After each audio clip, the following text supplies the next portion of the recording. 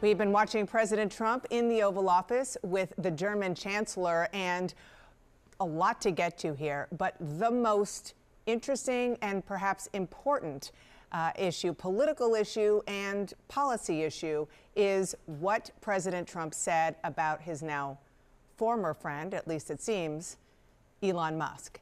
And I want to go to Elena Treen at the White House. Elena, it seems as though we saw kind of the unraveling of a bromance real time.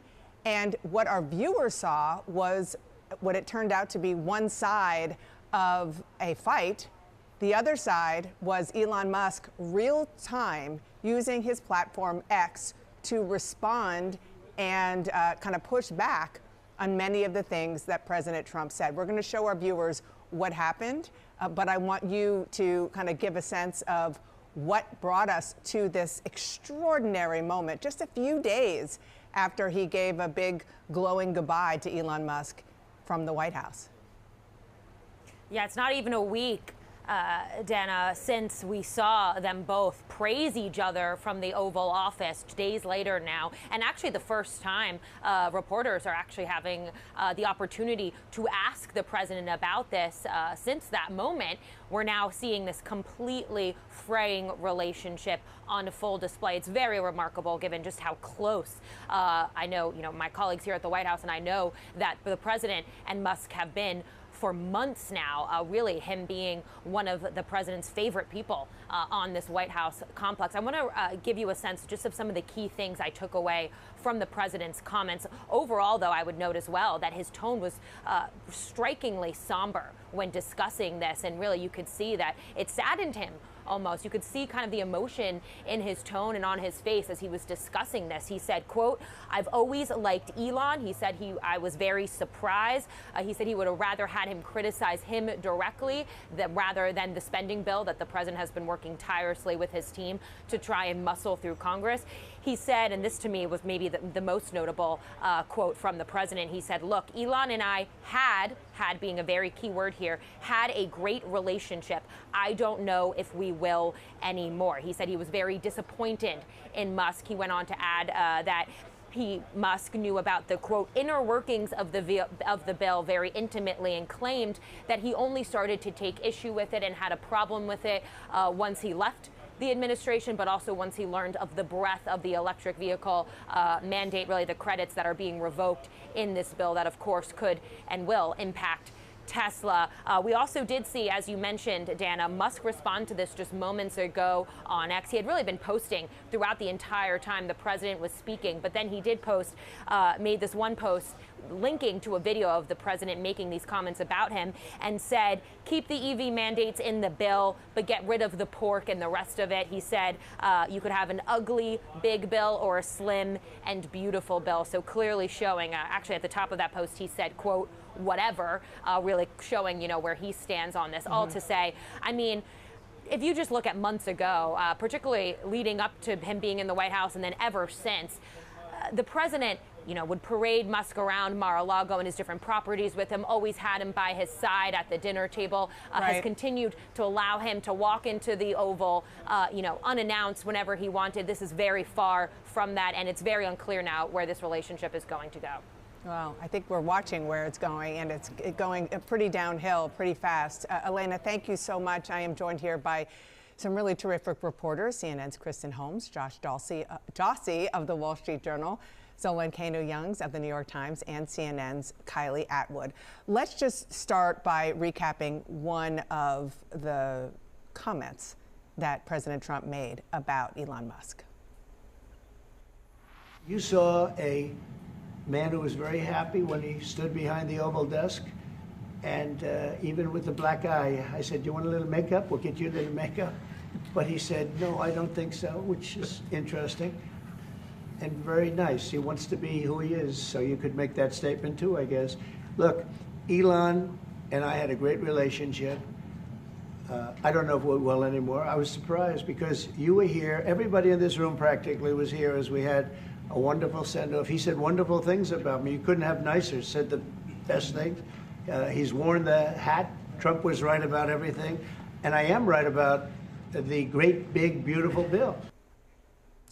And that's what this is all about right now. And I just want to make that clear to our viewers. I'm sure you understand that this relationship basically exploded yesterday when Elon Musk started really aggressively putting on his social media platform that this bill that he is desperate to get through the Senate after it passed the House is bad. He wrote, "Kill the bill," and many other things. And so you just saw the president say what we just heard. He said, people leave my administration, they love us, and then at some point they miss it so badly. Some of them embrace it, some of them become hostile. Trump derangement syndrome. So this is really fascinating because as of yesterday at the exact same time, maybe a few hours later into the afternoon, I spoke to a number of Trump's top advisors who still were unsure of how he was going to respond to Elon Musk. There were still a lot of questions. He was raising questions with them as to, do you think this is just a business decision? Do you think he's lashing out at this because of these electric vehicle mandates? It's probably something he has to do now that he's leaving the government, and it's all about the business. Obviously, Donald Trump likes to make things about money and business, kind of his way of saying, okay, maybe that's what he's doing here. He was angry when that first tweet came out 2 days ago during the briefing, but then he also had a lot of questions as to where this was coming from, because he did believe that Elon knew about the EV mandate. His team does believe that this is all about business, all about the EV mandate, that this is all about these credits that Elon Musk believes are unfair, which he actually and just it's not tweeted, just that it's big and full of pork. Right, it's not pork, it's not what he's saying there. But I think the most telling thing about this is that clearly we've hit a new marker since then, which is we had a great relationship. I don't know if we will anymore. And I can tell you that members of Trump's team have reached out to Elon Musk. No response. Donald Trump and Elon Musk have not spoken.